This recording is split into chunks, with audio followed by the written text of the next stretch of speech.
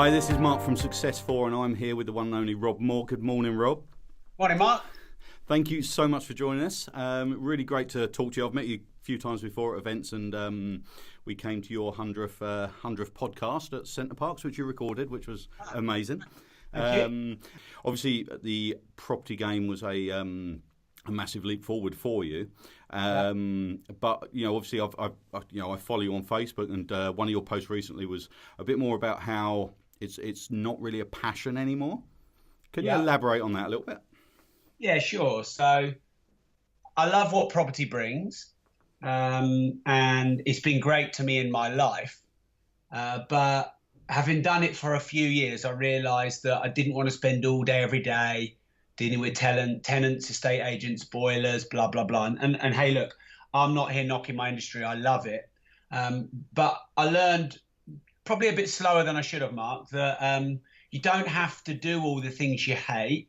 Because when you start up in business, as you all know, you're doing everything. My dad used to say chief cook, certainly, cleaner and bottle washer. That was his northern phrase. He had a restaurant. He's carving, he's pulling the pints, he's washing the dishes in the back because the staff let him down.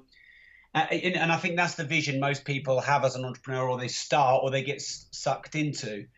And because you can set up systems in property to, basically leverage, you can have your tenant that pays the mortgage and gives you income. You can have a letting agent that manages the tenant. You could hire one property manager and then they manage all of the letting agents that you have, or the properties, the refurbs, etc. I realized that you could systemize and outsource that business. And I also have this quite big need for variety, Mark, and I think a lot of entrepreneurs are the same. And so my past life, what I would have done is started something, got excited, and then bored. Started something new, excited, bored, excited, bored. And I was lucky if that excitement lasted 6 months. So the problem with that is you can never make any money, and you can never build a brand, and you can never get known for what you do. So when I got my business partner, Mark Homer, in 2006/7, the great thing was that he did what I didn't do very well, and vice versa. He loved what I didn't like, and vice versa. So we kind of, dovetailed, if you like, and we bridged the gaps. And so then I realised, if property isn't my passion anymore, but I want to still stay in the business because I love the income, and I've got a business partner who can do the parts that I don't enjoy on a day-to-day basis, what do I love to do? And I love strategy, vision, writing books, doing podcasts, the public speaking side of it, the building the team, the challenging the team to grow, the solving the bigger business challenges. That was what I loved to do. And so I was able to pivot over a period of time into doing more of that and less of property. Now, when we say, I'm not really in love with property anymore, I still have over 700 properties that I own on manage. I still have Progressive Property. That's the biggest training business in the UK. I still have a letting agency that has probably 750 units now. So it's not like I don't do it. No. It's just I have a half share or a third share. I'd rather have a smaller share of a lot than a bigger share of not much. And so, day to day, I don't really have to get involved in that. So I suppose that's the short answer to how I moved from property into doing more of what I love. Yeah. And then who am I? Well, I'm really just an ordinary guy who loves business, who loves sharing what he's learned, who loves fixing and solving problems, who likes writing, teaching, speaking. Like everybody else, I have my days where I wish my problems would go away, but actually I realize my value and my income is directly linked to me solving those problems. Certainly. So how are you? So obviously you're keeping yourself very relevant in the market and very, up to date and out there, and you see your face everywhere. How important is that to you? How important is it to stay relevant and being out there doing your podcast and that? Because obviously you are in a situation where you could stop that if you wanted to. And so what? Why is that important to you, and what keeps you moving forward with that? Okay, so I retired first time in my late 20s. I lasted about a week and I hated every minute of it. Yeah. My business partner went out to Bulgaria for 2 weeks to sort some issues with one of his properties and have a little bit of a holiday at the same time. And we were sort of considering our future and maybe retiring on the properties we got. And I hated it and I couldn't wait for him to be back. It was a weird experience because that was everything I'd wanted in my life for a few years before that. But so I realized retirement for me wasn't doing nothing. It was just doing more of what I enjoyed to do that didn't feel like work. And that happened to be what other people perceive to be work. So in that Which is regard, always good. Yeah. I'm very fortunate in that regard. But I think anyone can do that. There are people in this world now that make a living podcasting, YouTubing, and gaming. So I believe anyone can monetize their profession, their passion, merge them together, do more of what they love, and work less. But for me, staying relevant is an ongoing thing. It's like you wouldn't have a bath once, you wouldn't eat one meal. It's something that you do on an ongoing basis. And I have a need for variety. It's one of my highest values, Mark. So I think that that's probably what drives my need to stay relevant is I like variety. So, there's a drawback to that, which, some people are branded the same thing their whole life and they get known for one thing. And that's a great thing. If Tiger Woods tried every sport, he wouldn't have been who he is. So I realize there's a downside too. Yeah. But that's just who I am, and I've got to try and not want to be someone else and just try and accept who I am. So for me, constant, never-ending improvement, always looking to solve new problems, always looking to learn, to grow, to disrupt myself. My podcast is called The Disruptive Entrepreneur, and I see staying relevant as a disruptive tendency. Yeah. Staying relevant is the balance between doing what works now with knowing what's going to be different in 2 or 3 years. I'll give you an example. I wrote a book about in 2008/9 called Cash in a Property Crash. And I'm going to get that just slightly updated and put on Audible now. Why? Because there's going to be a recession and a crash soon. Yes. I might be 3 years too early, but it's better to be too early than too late. Mm-hmm. So I love studying business. I love learning from mentors. I love listening to podcasts on business. So I feel that hopefully keeps me up to date and relevant on what the topics are in the market. But hey, look, I think it was Ray Kroc that said it famously, if you're green, you grow, and if you're ripe, you rot.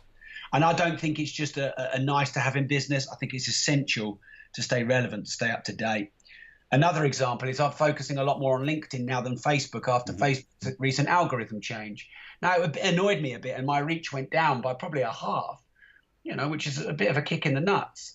But, hey, if I want to stay relevant, I've got to look at what else is out there. And now my LinkedIn videos sometimes get 250,000 views in a day. I never, ever got anywhere near that on Facebook. So sometimes unplanned change that you don't like forces you into becoming more relevant. And so seeing the upsides in those downsides, I think, is really important. Awesome. Yeah, very true. And so obviously you've done all these different things. You've done your books. You've done, and I was actually lucky. I listened to one of your recordings of you recording your podcast, your Audible for money, which was highly amusing to listen to, but I do really feel sorry for the person who had to edit it afterwards. But yeah, I mean, the book Money really, just going back to that a little bit. I mean, an amazing book. Did you ever intend for it to be that long, or was it just, you got writing and it just grew and grew and grew? Because it's actually ended up being a really long Audible, which I knew took you, well over a week to. It was pain. It was pain. Yeah, I could hear it in the voice. But actually, once that was all edited, come across really well. It's a really easy listen, and there is so much value in that book. But yeah, did you intend for that to be that long, or was that just a Rob Moore sort of podcast gone mad? Yes, I did intend it to be that long, and I know that has downsides, and I've got to just take that on the chin. Some people don't seem to have the like if I haven't checked my phone for 20 minutes, my brain starts shouting at me. So I get that we're in that short attention span world now. But here's the thing. Money is a massive subject, and I thought I would just discredit and dishonor both the subject and myself and my readers if I did a 40, 50,000 word, minimum viable product of a book. I just thought conceptually it was wrong. Now to show that I have got the flexibility in concept, I've just written a new book which comes out in 5 weeks called Routine Equals Results. And that's about how to compartmentalize your time, build your diary system. And that's only 17,500 words. So it's nearly 1/10 of the length. So I can write a short book. But I wanted it to solve the following problems, Mark. Problem number one is there's not enough taught about money, budgeting, mastering, managing money in schools.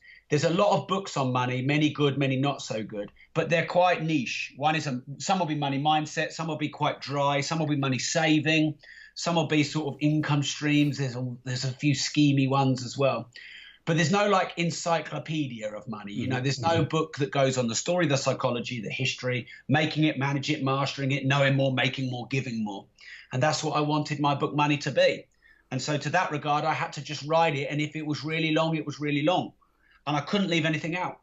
And by the way, the original version is nearly 200,000 words. And my editor got me down to 165. And yeah, you know, like I could have got 10,000 words out and I could have made it a bit more punchy. Yeah, but I just felt that that's the book I wanted it to be. Yeah, and the end result is amazing. Having read it and listened to the podcast, so or the Audible, because it just offers so much value, and there's so many bits in there that people just don't think of, which are so obvious.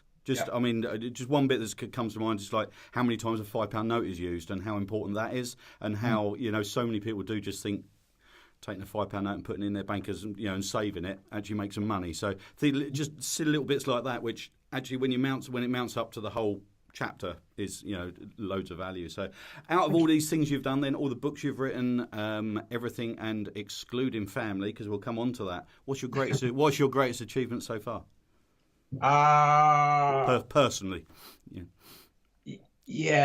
I'm not one for honouring my achievements, if I'm honest. Mm-hmm. I only really talk about them if I feel I have to get our business out there, and I'm always looking for the next thing. So that's a tricky one to answer.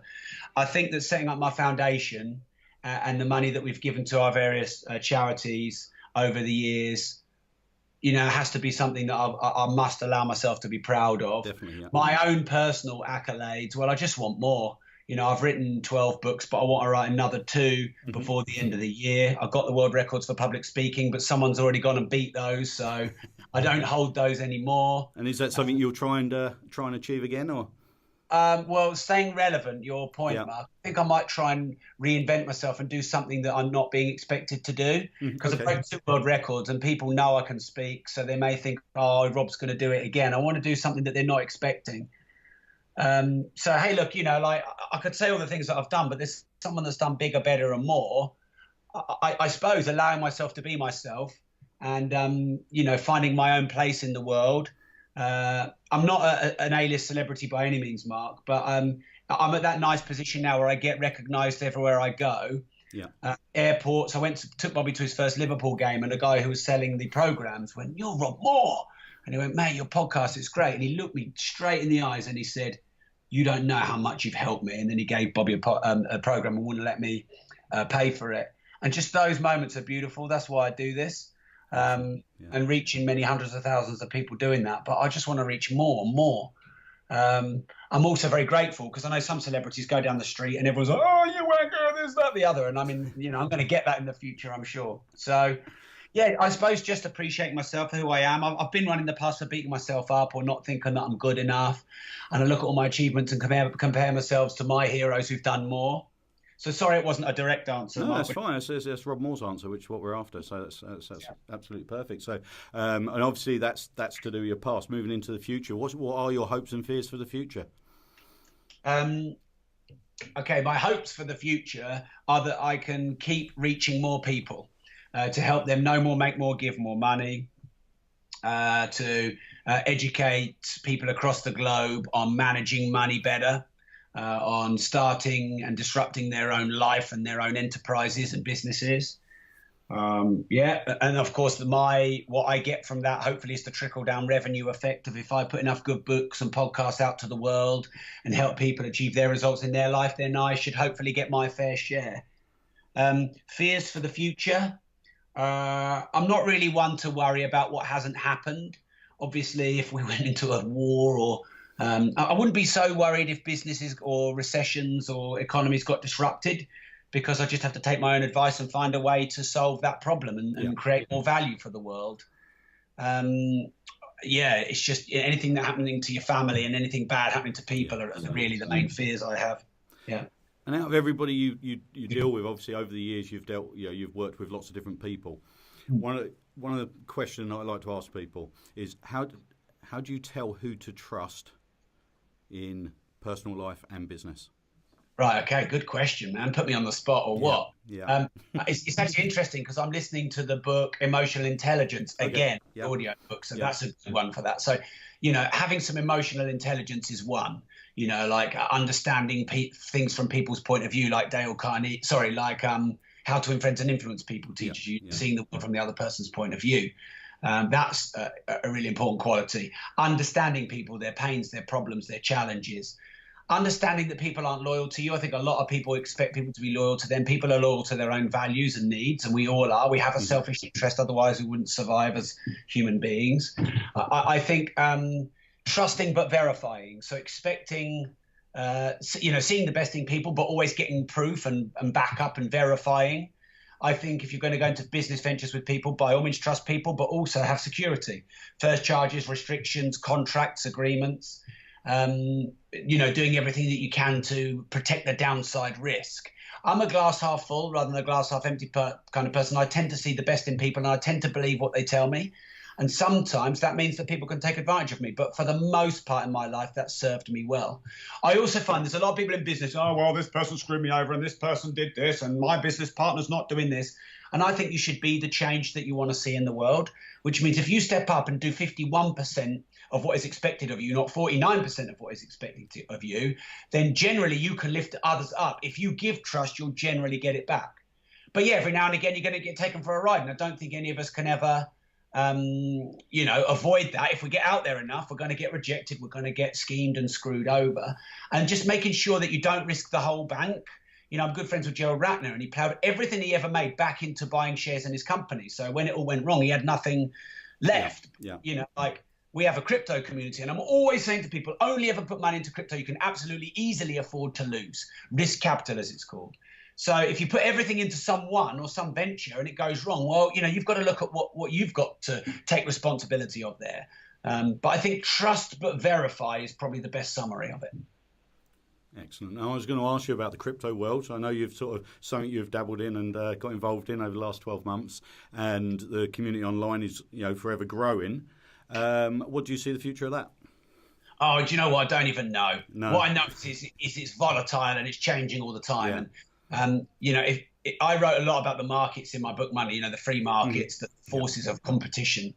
And so this is like a brand new free market that we're getting to see in its early stages. And you don't often get to be in an experience where you get a possible new currency or a possible new microeconomy starting at once, that's so disruptive. Yeah. So the forces of competition will come at play. The forces of regulation will have to come into play.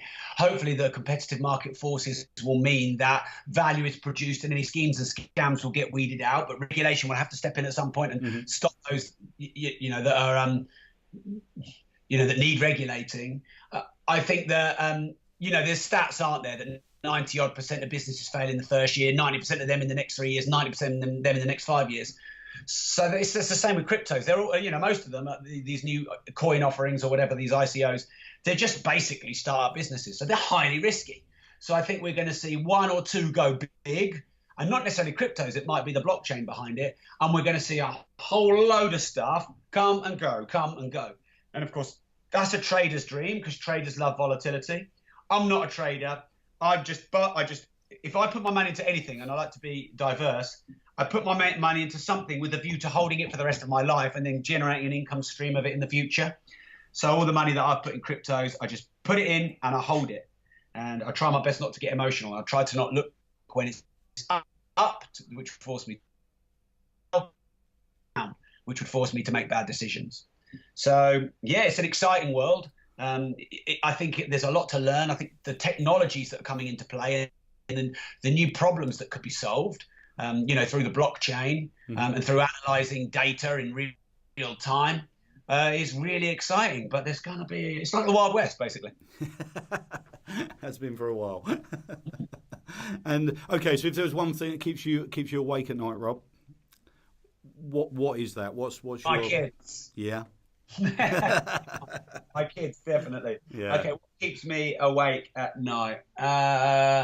Just striving for growth, really. How do I solve this problem which takes us to the next level? How do I become more seen, more known, more relevant? It's all around that. And so sometimes it's the problems I create by growing too fast. Sometimes it's the ongoing, recurring problems because of the chaotic nature of how I and my businesses are. If I could solve them quickly, how big could we be? My company, Progressive Property, is in its 12th year. And for the last sort of year, our growth has slowed because I think we've just hit a natural ceiling point. You're not going to get 30, 40, 50% year-on-year growth every year for the rest of your life. And so I look back and think some years, man, we just turned up and rocked up and it was easy. Yeah. This year's been better than last year. Last year there was growth, but it was like 5-7%, but we worked 20, 30, 50% harder. Yeah. So, the growth challenges, the people challenges, like in my company, when marketing and sales are in a good place, finance might be a difficult department and there's some problems going on, where we've had many of our staff stay for years, with some areas where it seems to be they're leaving every 6 months to solve those challenges. Trying to continually work on my own mindset, Mark, so that I always say to people, if you're wishing your problems away, you need to get out and go and do something really safe and secure and boring. That's it, yeah. Because as a businessman, as an entrepreneur, as a problem solver, the reward you get for solving a problem is a bigger one. And if you're naive that you think as soon as you solve one problem, you'll never have any more in your life, well, then you're always gonna be upset and you're gonna feel like the world is against you. You solve a problem, you grow your mindset and your ability to solve a problem, and that just opens the door to the bigger one. And is that the excitement for you though, Rob? Is it that next problem is what keeps you going, keeps you getting up and going into work each day? Yeah. Now, obviously, from time to time, Mark, when those big problems come along, my chimp or my child, whatever they call our ego, is like, oh, why did that happen? And I don't want that to happen. And things were just rocking. And then look at this. But, that only lasts for me now a few seconds, and I have a bit of an internal dialogue with myself and have a word. And occasionally we get a big one and it blindsides us and it takes me a little while to get around it. But then after that, I'm like, right, let's roll my sleeves up and go and sort this problem out. I really am a fixer. Yeah. And I think that's good. My wife even said to me, you just love fixing problems. The good thing about that is you don't bury your head in the sand. She also gave me some feedback and said that the problem and the downside of that, Rob, is sometimes you jump in too fast, and sometimes you've got to wait and you've got to watch and don't always try and fix everyone else's problems, which I'm always trying to do as well. I think that's actually a really easy trap to fall into as well. I think when you become very good at solving problems, as most entrepreneurs, that's what makes them an entrepreneur. Other people see that as an opportunity to push their problems your way as well, and it's very yeah. And because there's a soft side of me, and also a side of me that experiences pain when there's a problem.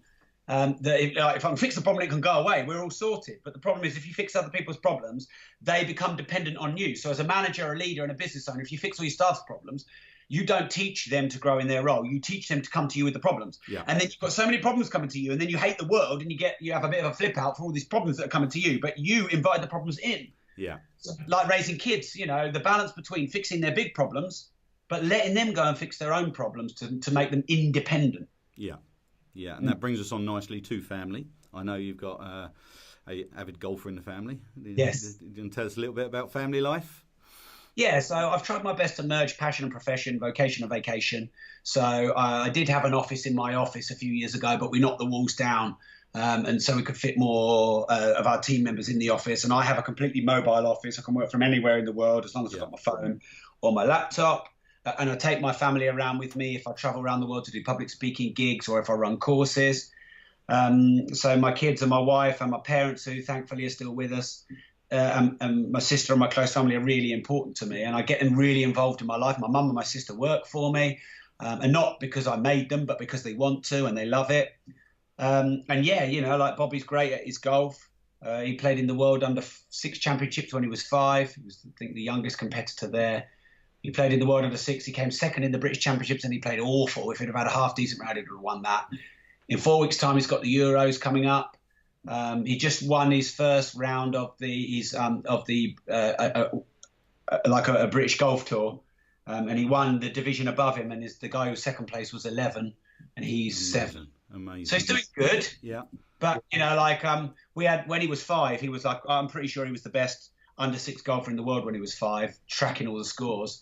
But I just got a bit excited and ahead of myself, and I wanted to prepare Bobby really well for the World Under-6, so I was working on technique and practice, and I should have also been working as much on fun and enjoyment. So for the sort of last 6 months, I've just been working on fun and enjoyment. So his progress is steady, but maybe not as good as when he was 5, but the fun is so much better. The top two Brits probably in the country at the moment. His mate Matty, who won the British Championships, came over yesterday for the day, and they just had such a great time playing together. Yeah. Every time Martin, Matty's dad, or myself played a bad shot, they start laughing, and they've already learned to troll and banter us, and they're only 7 years old. And it's just lovely to see them having fun. Really important to find that balance, isn't it? Yeah. And build confidence. They've got skill. Certainly. Having something you're really good at when you're young is really good for your confidence. And he's really come out of his shell the last sort of 6 months, because he's always been quite shy, and that's great to see. So that's the family life. But what I don't do, and this is important, Mark, for everyone. Yep. Sometimes when you start your business or you grow as an entrepreneur, your family life goes a bit down the toilet, or you just can't spend as much time with them, or you don't see your kids. But then sometimes you spend all the time with your kids, you're not making enough money. So they don't have to be separate entities. You can merge them and bring them in, and you don't have to separate them. And I think that's really important. Certainly. And obviously, when you were in your younger business days, and you were saying about, sort of you got involved in things for 6 months, and you sort of, and very similar to, sounds very similar to some things I've done in the past, where you love that buzz, you love the setting it up, you love the setting the office up, employing people, that sort of thing.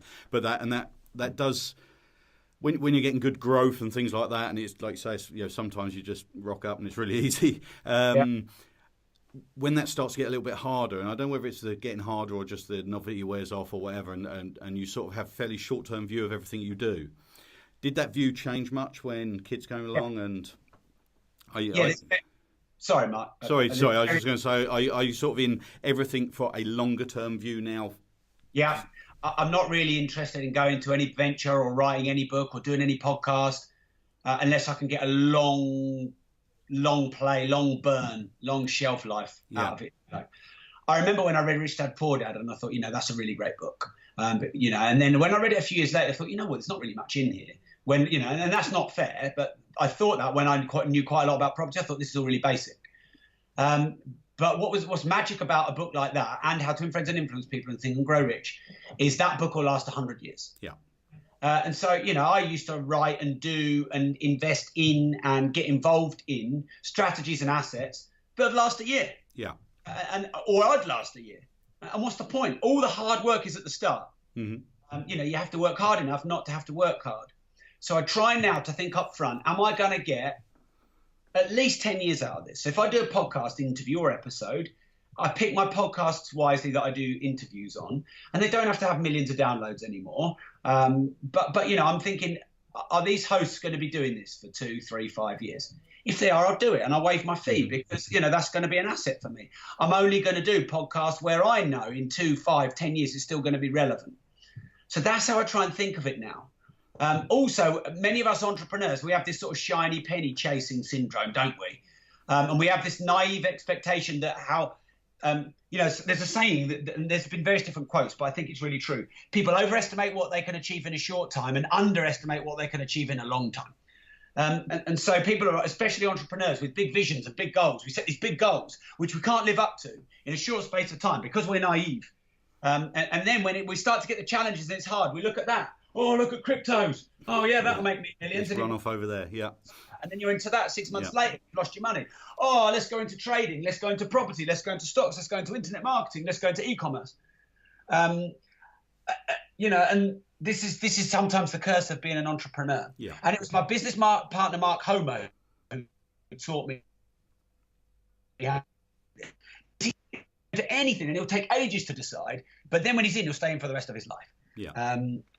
And I learned those qualities from him, and I suppose he learned some of the qualities from me about pushing himself a bit more and embracing new strategies. So you've got to give something long enough to work. 1 year, 2 year, 3 years. You haven't done it enough, and you haven't solved the bigger problems or the difficult challenges if you've only been doing it 6 months or a year. So the way I've managed to get around that now is to, if I'm in something and I want to go into something new, can I carry over everything I've done before? So, for example, when I set up my podcast, I'd already written by then, I think, 9 books. Mm-hmm. So I had loads of content. Yeah. I had somewhere to launch my books. I had already built a lot of knowledge in property and business and personal development. So to do a podcast was really easy.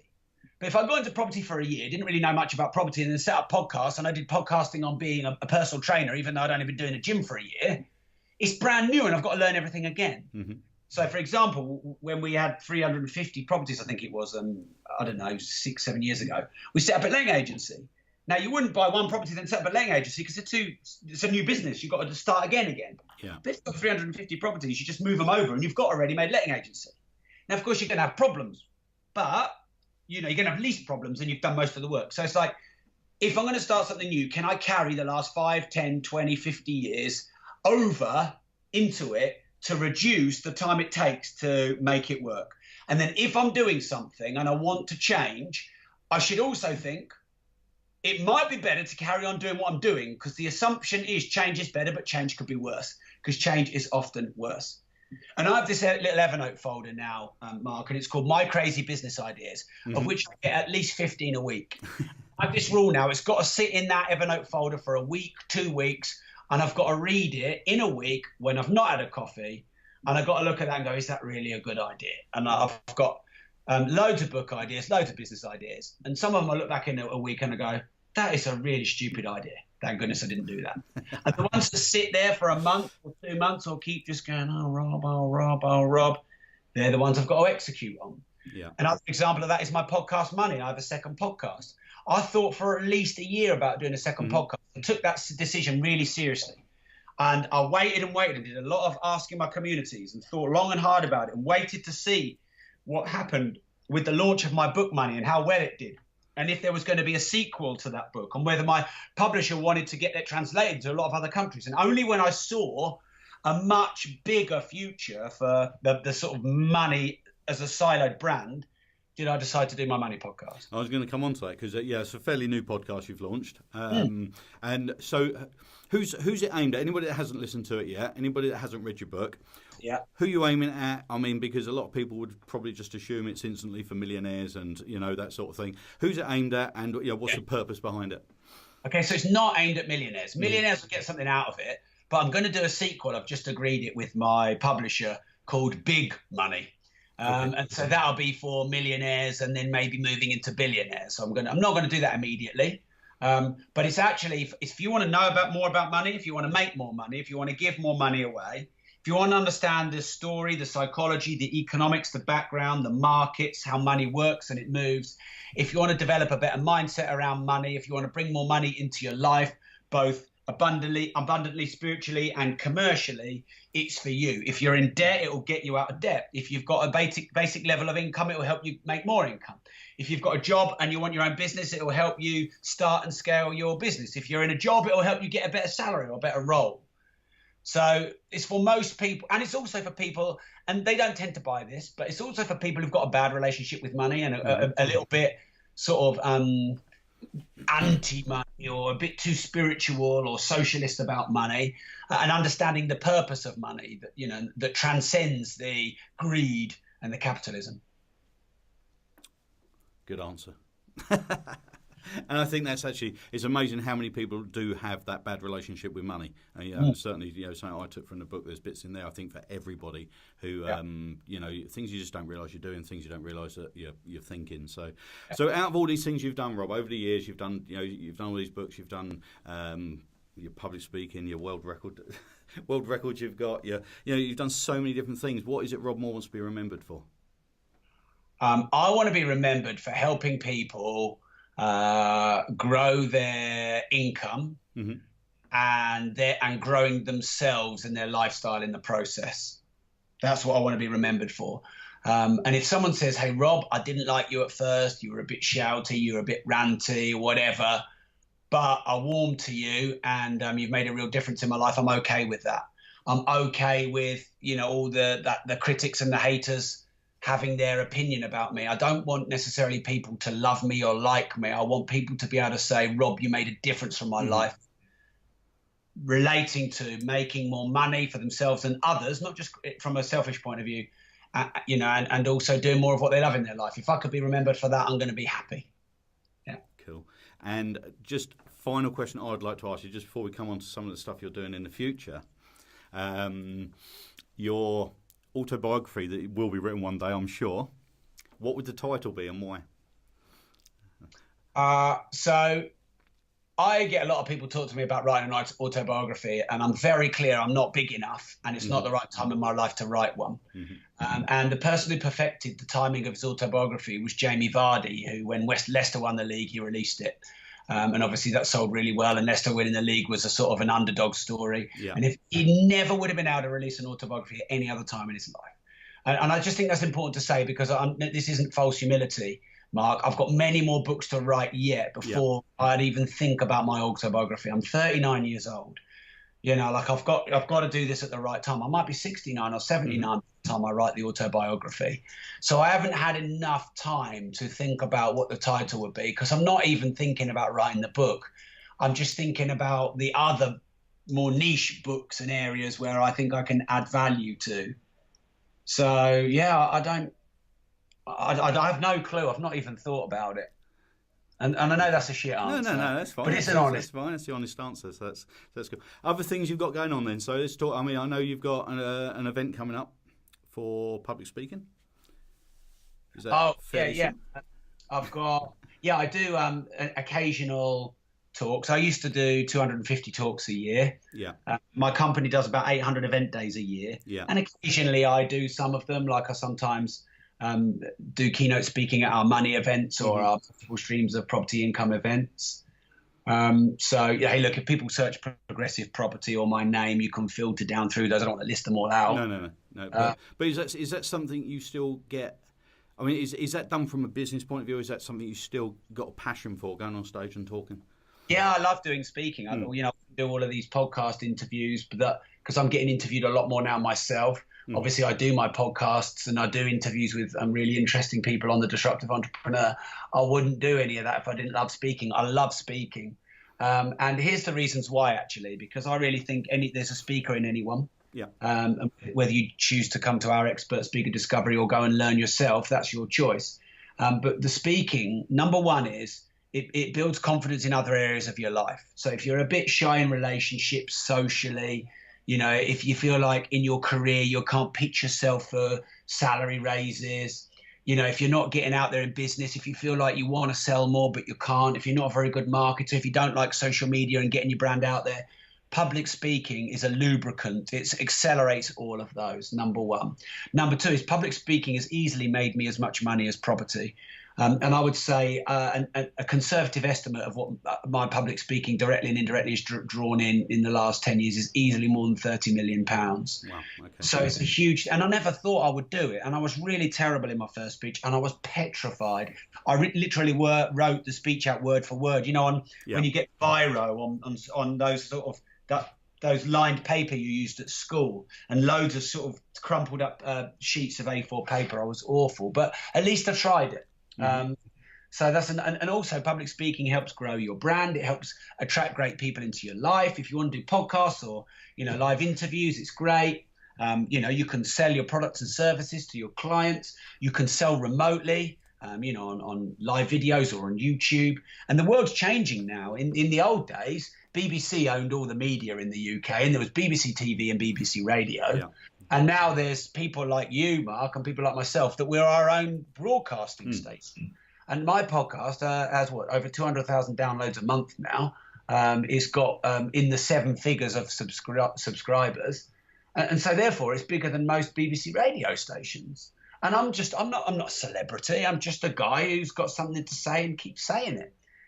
Another thing is I find speaking therapeutic. So we all have to deal with challenges in our life, and we all have to accept don't like.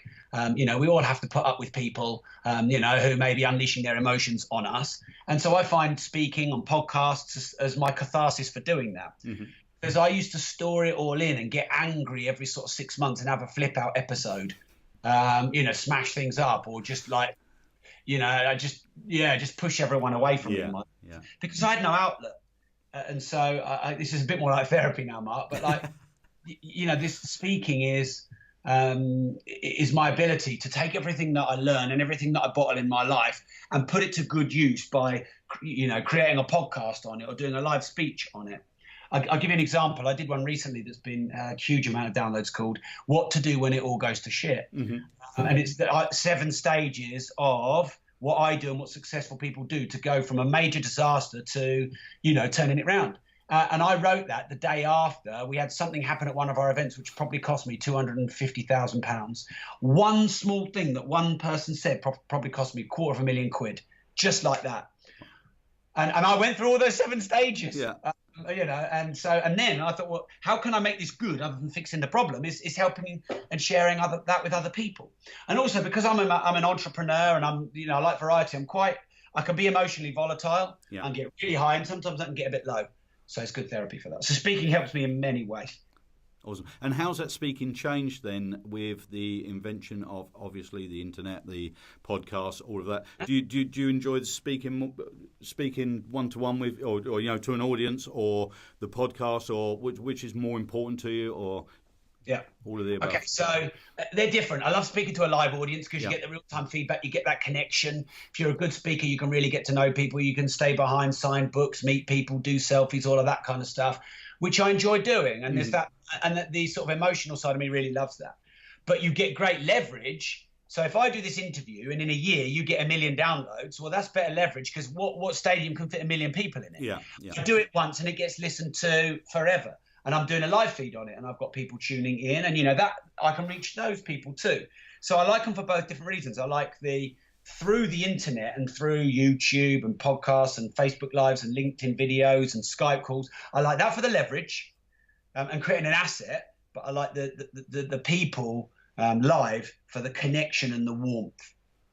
Okay, and just this really is the last question, Rob, because I've taken up loads of your morning. But if you were talking to a university of kids which are just about to come out into the real world, what would your advice be? Okay, so the first thing I would ask them is, do you want a vocation or do you want to run your own business? And if their heart is set on being an architect, a dentist, a doctor, a lawyer, etc., then they should continue down the clear path, school, uni, post-grad or diploma or MA, try and get a job at a really good company. If you're an architect, try and get a job at Foster Associates or wherever, because that you can also do self-learning, but that's the road. Yeah. But if you want to be an entrepreneur, if you want to be a disruptive, if you want to set up your own business, that is not the road. The road is get a mentor. The road is get in a mastermind group, listen to podcasts, teach yourself on YouTube, go and invest in some courses from the millionaires and the billionaires and the entrepreneurs who've actually done it. And you've got to get yourself out of that conventional system and down a more entrepreneurial path. And what would the first step of that be, though? What would be did you start off with a mentor? Did you? How? It's easy now, easier than when I started. Yeah. I had mentors, and when I was doing my art, I didn't have mentors because I didn't want to ask for help because I saw that's a weakness. And what could anyone teach me? I know what I'm doing, which I didn't. So I just learn from your mistakes. I was making lots of mistakes over and over, and not learning from them. Yeah. Now, what you should do is you should go on YouTube, Facebook, podcast, websites, etc., anywhere online, and find all the top influencers, thought leaders, authors, and business people in your field. If it's public speaking, if it's e-commerce, if it's property, personal development, marketing, whatever, follow them all. Go wide and thin for like 2 months. Listen to them all, as many as you can. And then go, okay, well, that guy's fine, but it's not my area. I don't really like that guy's style. I love how that lady really connects. I'm going to stick with her. And you pick the 3 or 4 that you relate to, that you learn from, that challenge you, that you think have the most knowledge and credibility in the niches, and then you go deep. You read all their books, you try and get to their courses, you try and, message them on Instagram and Facebook and maybe get a lunch with them. If there's courses they do, buy them. And if you can get them to be your mentors, you do that. And I think that is the shortest route to success. That's a really good answer, because here at Success4, and this is what we do, it's safe self-development. It's bringing people together who we consider to be doing what they do for the right reason and with the right values. And I think, really important to I just sort of see in the past where people have sort of become attached to one person. They just follow that one person and do everything that one person says, and and it's there's so much information out there now, on, like you say, on YouTube and things, and certainly with podcasts now, it's so easy just to listen to a podcast on the way to work and things like that, and just absorb information from so many different fields, so many different people, and sort of, like you say, and use what fits. So, well, Rob, look, I'd really like to say thank you for being with us this morning. Thank you for giving up your time. It's really good, and well done. Well done with everything you've done and you're doing. And yeah, it's all good. Thank you very much, and thanks for joining us at Success4. My pleasure. Thanks, Mark. Thanks, everyone. Thanks a lot. Cheers, man.